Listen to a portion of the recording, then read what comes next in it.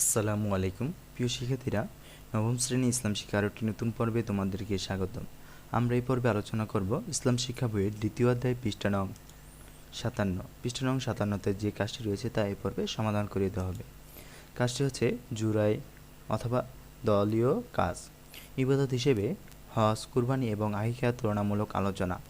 উল্লিখিত শিরোনামের আলোকে তোমরা জুরাই অথবা দলে আলোচনা করে ইবাদত সমূহের মধ্যে তুলনামূলক বিশ্লেষণ করে শিক্ষকের নির্দেশনা মোতাবেক উপস্থাপন করো। নিচে যে কাজটি রয়েছে, যে ছকটি রয়েছে তা সমাধানটি দেখি। ফরজ: হজ, ইহরাম বাঁধা, কুরবানি, হালাল উপার্জনের পশু ক্রয়, আর আকিকা হচ্ছে সুন্নাত। ওয়াজিব: হজ,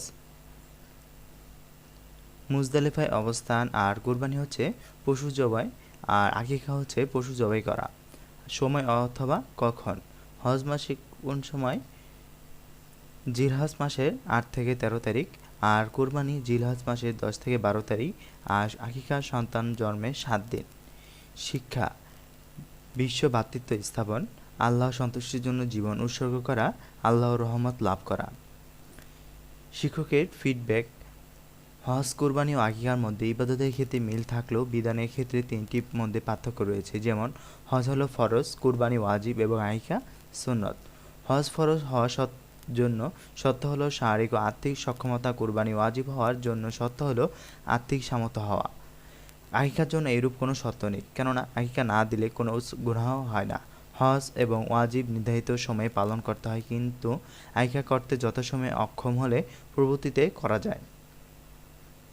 আমরা এই পর্বে ভিডিওতে পৃষ্ঠা নং 57 যে কাজটি রয়েছে তা সমাধান করে দেওয়া হয়েছে। পরবর্তী পর্বে ভিডিওতে পৃষ্ঠা নং 60 যে কাজটি রয়েছে প্রতিবেদন, তা পরবর্তী ভিডিওতে সমাধান করিয়ে দেওয়া হবে।